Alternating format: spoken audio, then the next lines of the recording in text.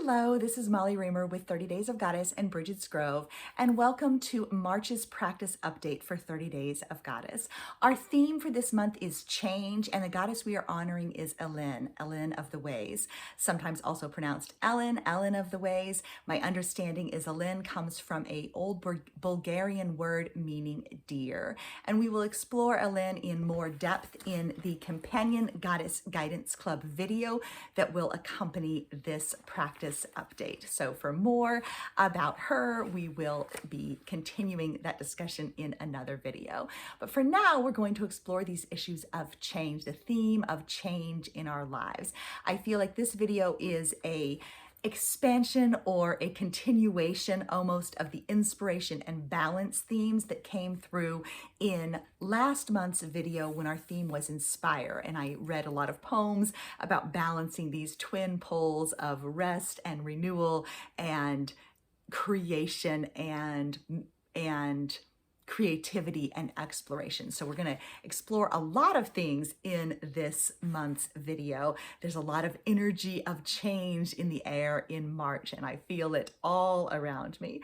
So in the meantime, first, I'm inviting you to come back into your body, to settle into yourself, and take a deep breath to center yourself into this moment, in this time, in this place, into your own body, into your own landscape, orienting yourself where you are right now, into the magic of your own life, your own landscape, your own living.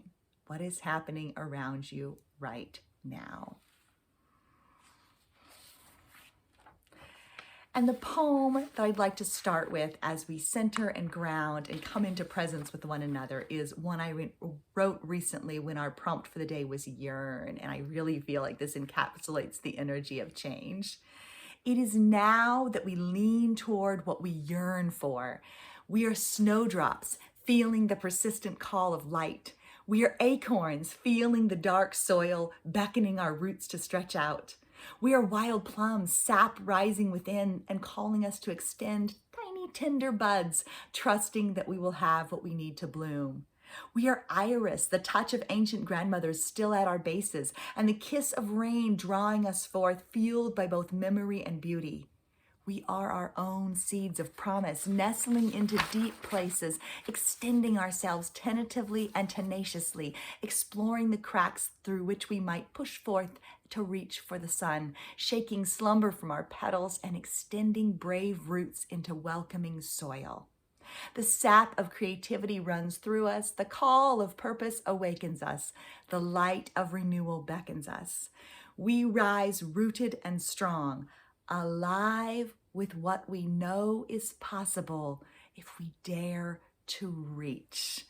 So we spoke a little bit last month about those twin impulses. Sometimes we need to reach and sometimes we need to withdraw. I really think a healthy life includes both, the reaching, the yearning and the reaching, and the restoration and the contentment. I feel like that's the energy that Imbolc invites us to step into, and then the spring equinox really invites us to embody. We're there at this turning point, this change point in the wheel of the year, balanced at one of the only points of perfect balance on a spinning earth, in a spinning world, is in that equinox time. The rest of the time, we find our own balance between output and input, between giving and receiving, between resting and creation, between pushing and stopping. And a healthy life involves all of those things. I feel like sometimes, and I spoke of this in the last video too, about kind of shaming myself for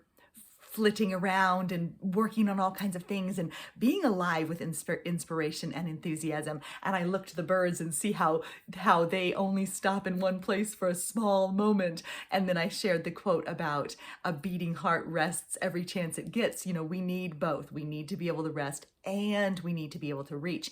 And just because we need both of them doesn't mean we need to shame ourselves or anyone else for doing the other. So if we see somebody who's reaching and we think, oh, they should really be resting, or if we see someone who's resting and we think, oh, they should really be reaching, remember that a healthy whole life includes both the resting and the reaching. In a live recently for our Goddess Magic patrons, I said we have this time, there's the steeping and the leaping. You know, we need time to steep in the cauldron and we need to leap into newness and to change.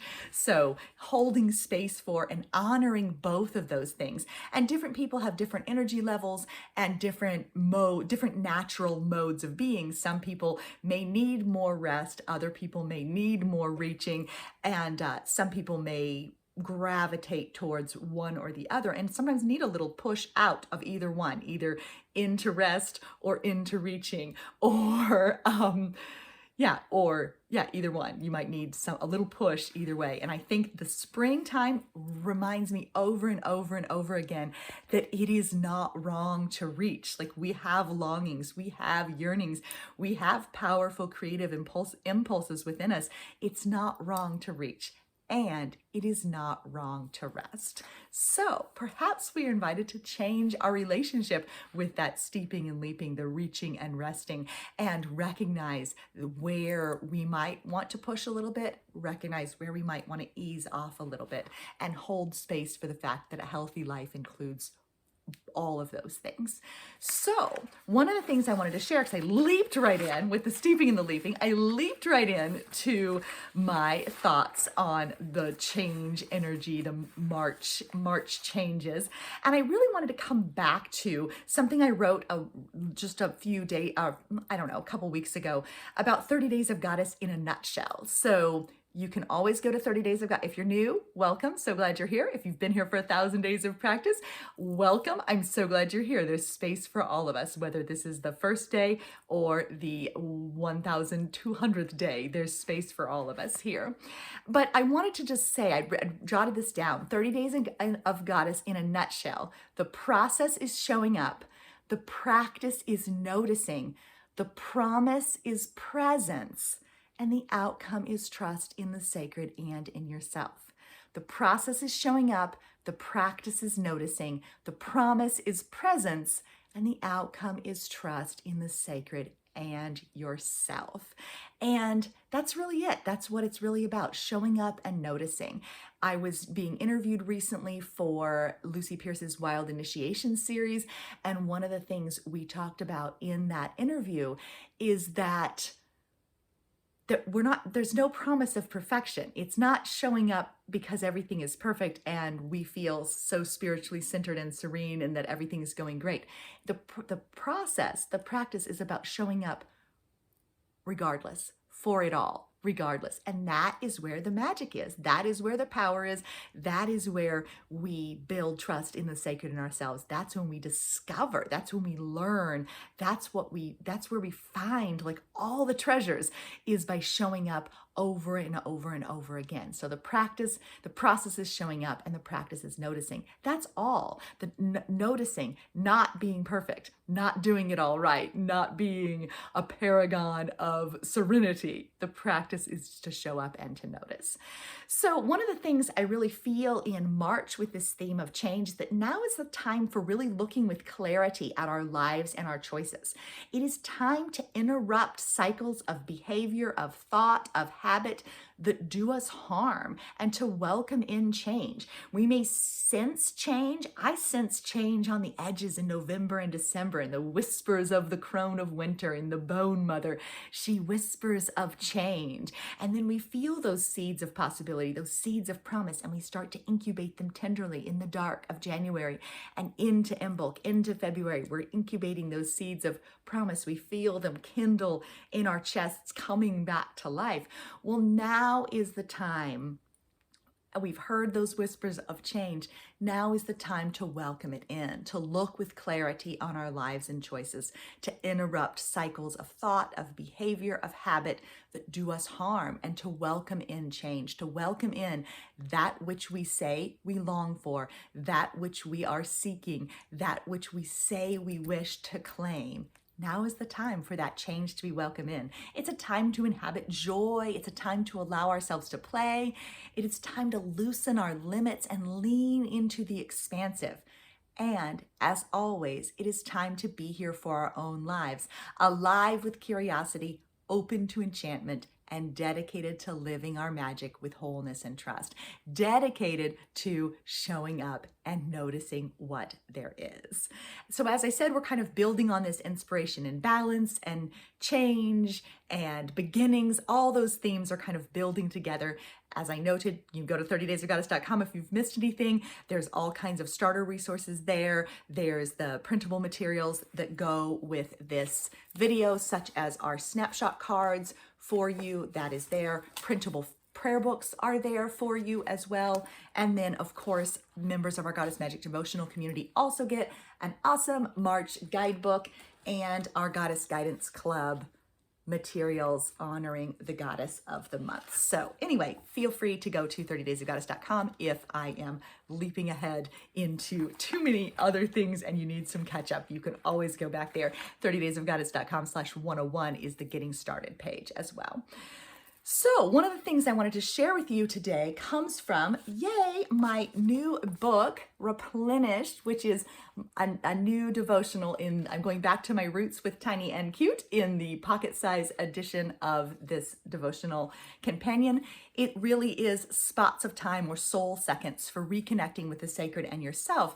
And in this book, I wanted to share something that I wrote about it. This comes out in the official launch date is March 21st. It becomes available for ordering on March 10th. We will have pre-orders open, I hope as early as March 1st for that, to order them from me as a signed copy with some bonuses and things like that. And then we'll be having a live event for Replenish and the Spring Equinox starting on March 21st in our Creative Spirit Circle Facebook group. So there'll be an event set up for that to celebrate this new book. So super excited about that.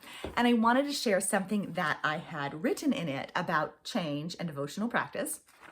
And it is this: we can transform our lives through devotional practice. We feel our whole selves becoming more present, more intentional, more aligned, more calm, more content as we prioritize dialoguing with divinity and sinking into the sacred. This devotional practice is a process of deepening and unfolding, of listening and responding, a pathway of self-trust and connection, a threshold into enchantment, an invitation into magic, and a doorway into belonging. I am awed at this power, touched by this miracle, and transformed by the simple and sacred practice of noticing. Daily practice is a process and a pathway of casting off distractions, shedding disconnection, and stepping into life herself and all it holds, like I was saying before, and all it holds, not just the sparkling and serene, but the gritty and the muddy as well. Stepping into life herself, heart, hands, and eyes open, inhabiting our own inherent wholeness, and extending our senses outward until we touch the infinite and feel her reaching back. There is a life force, a current of the sacred, a current of magic that runs through all things, and we can enter into it. There's this living stream of wisdom, connection, inspiration, and discovery. We can enter into it. We can bathe into it. We can step into it. And that is how we change. That's how we change. I do not promise you can transform your whole life in a flash, but I do promise that daily practice will change your life. There's a life-changing magic in daily practice of a process of transformation, of change, of discovery. It's very, very powerful. And so then the other thing I wanted to share about change and daily practice is that daily practice is not about being rigid, inflexible, and dogmatic. I think sometimes people misunderstand me as saying, especially when I say show up for all, they think you should force yourself to do things or you're making yourself do these things. And it's not really what it's about at all. It's about keeping your promise to yourself and discovering like all the magic that unfolds when you keep your promise. I love how good it feels to keep keeping my promise, to keep showing up for myself. It's not about perfection. It's not about doing things the right way or anyone else's way, including mine. It is wide and broad and encompassing and flexible. It is showing up in full with all the distractions and must-dos laid aside. And what you're seeking with daily practice, I think you know it when you feel it. It is presence. It is wholeness. It is centeredness. It is your attention reclaimed and recentered. It is your life here and you with it. It is yourself whole. And something that I wrote about in the guidebook is that this is a faith we step into. This is a goddess we walk right up to. This is a sacred world we inhabit, that we move within and that we belong to.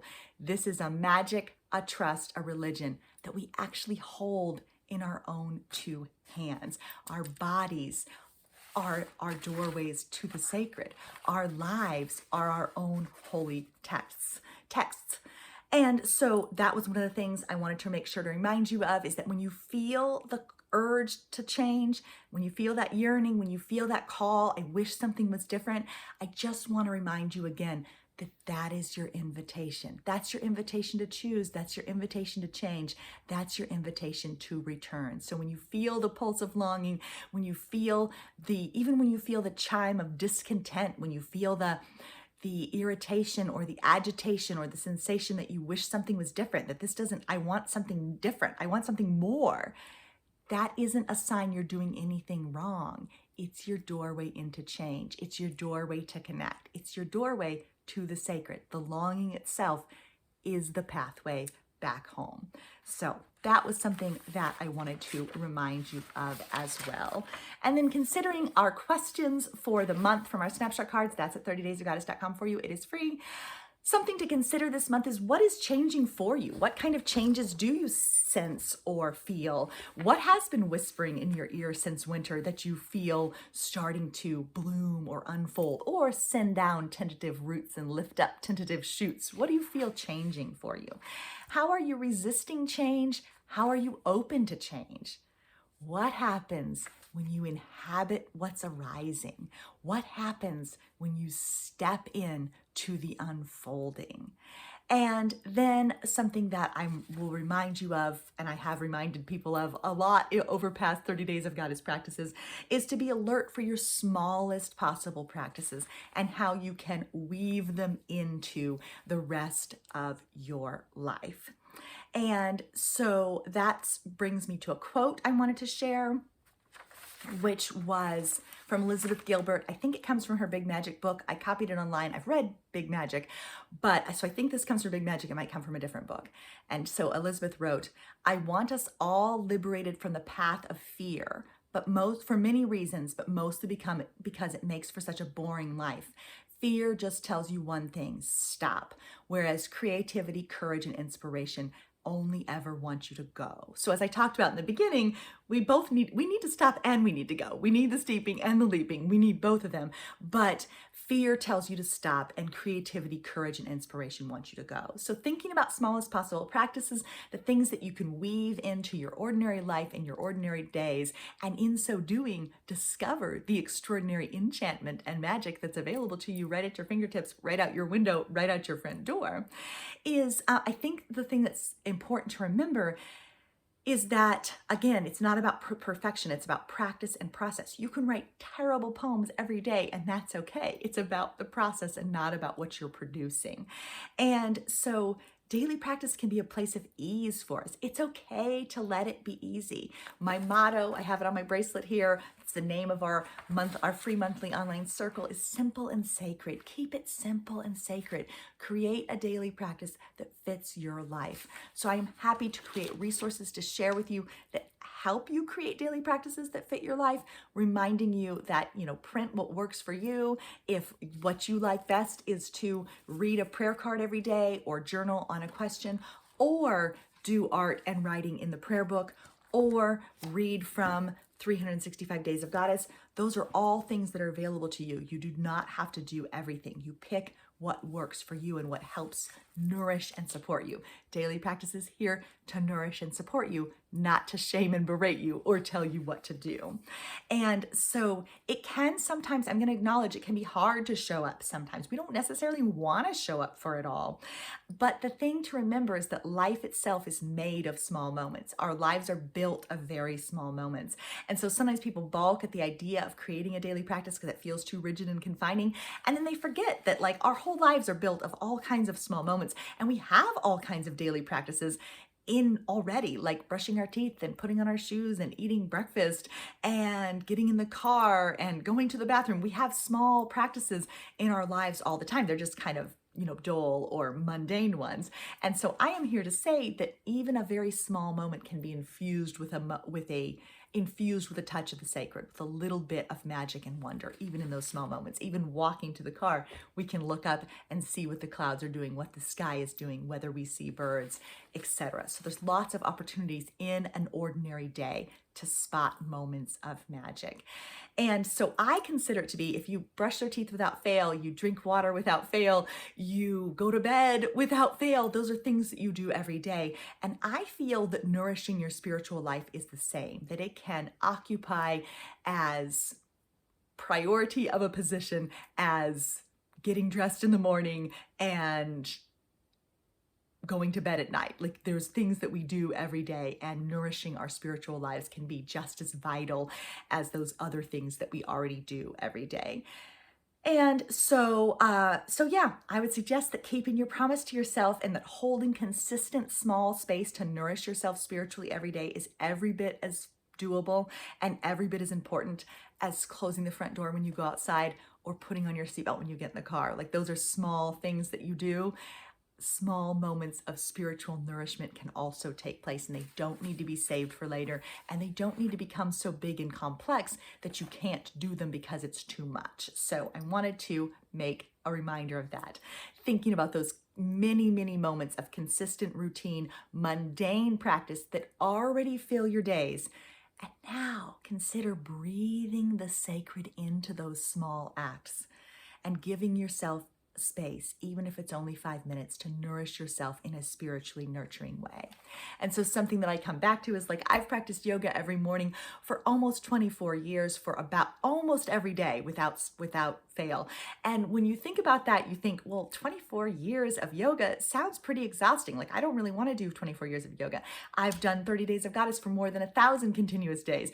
But practice doesn't happen 1,000 days at a time. Yoga doesn't happen 24 years at a time. It happens step by step, breath by breath, moment by moment, pause by pause, prayer by prayer, centering with your hands on your heart and stepping back through that doorway into the sacred again and again. It happens all the time. So many opportunities to connect. Your commitment is not to a lifetime of commitment, but to one day at a time. And so why? Like, why does that even matter? Like, why am I so passionate about daily practice? Why do I think everybody should be nourishing themselves spiritually every day? It's because it helps us greet the rest. Well, first of all, it feels good. It helps. It transforms your life. It makes you feel so much better.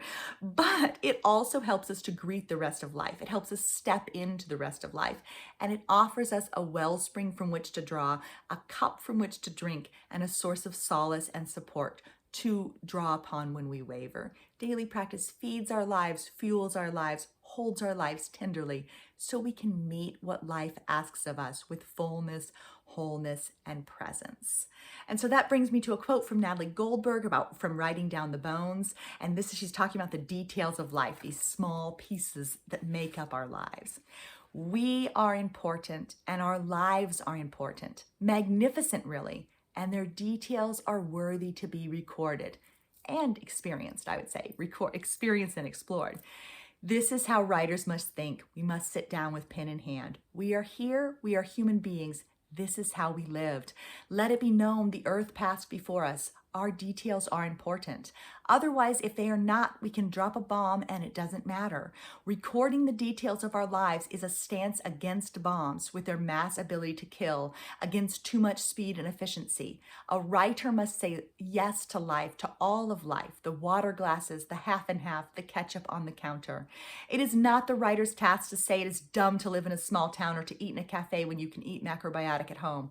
Our task is to say a holy yes to the real things of our lives as they exist, the real truth of who we are, whether it's several pounds overweight, the gray cold street outside, the Christmas tinsel in the showcase. We must become writers who accept things as they are, who come to love the details, who step forward with a yes on our lips so there can be no more no's in the world, no's that invalidate life and stop these details from continuing. So part of the power of daily practice is that it honors the totality of our lives, the reality of our lives. It honors the details of our lives, and it helps those details keep continuing instead of not mattering, instead of being snuffed out, instead of being ignored. It helps to keep the details going, keep the details alive. And so I would like to now share it's about time to be done, really, already. We've already gotten to the end of the time that I had allotted for this. And so I'm going to go ahead and close with another poem about time and stepping wholeheartedly into our lives. So thanking you so much for being here today, for listening to me as I meandered through inspiration and reaching and steeping and leaping and details and the power of daily practice. So many things to share and consider and to explore together. So I really invite you to step into that topic of change, to step into the energy of spring, but most of all, to let yourself be here for the magnificent and tiny details of your very own life, because you are your own sacred space and you are your own crucible of transformation, your own crucible of creation and of change. So deep breath, hands on our hearts. Now is not the time for recrimination or regret. Now is not the time for should or shame, or even for what if or someday. Now is the time of steeping and leaping, of renewal and release, a time for soft edges and tender corners, a time for reflection and for grace. Lay aside discord and agitation, set aside your striving, blow a kiss to your unfinished business and let it pass you by with peace. Inquire with the wise guide within, the one who witnesses and knows. Carve out space to listen and discover you can trust yourself with your own life. You've said you wish to change, to untie knots and loosen limits, cast off shackles and step out of patterns that you know do you harm and make you wince when you hear them emerge again, still, and anyway. Each day you are invited to choose. Each day you are invited to inhabit wholeness, to accept liberation, to see the sacred. Each day you're invited to open yourself to life, to engage with your living in full color, invited to embrace it wholeheartedly with grace and trust. Each day you're invited to gather yourself back together, to reclaim your own life, to live your own magic from center, right here, right now. Each day you're invited to remember, know, see, and feel how you walk in the palm of her hand. May you know this to be enough.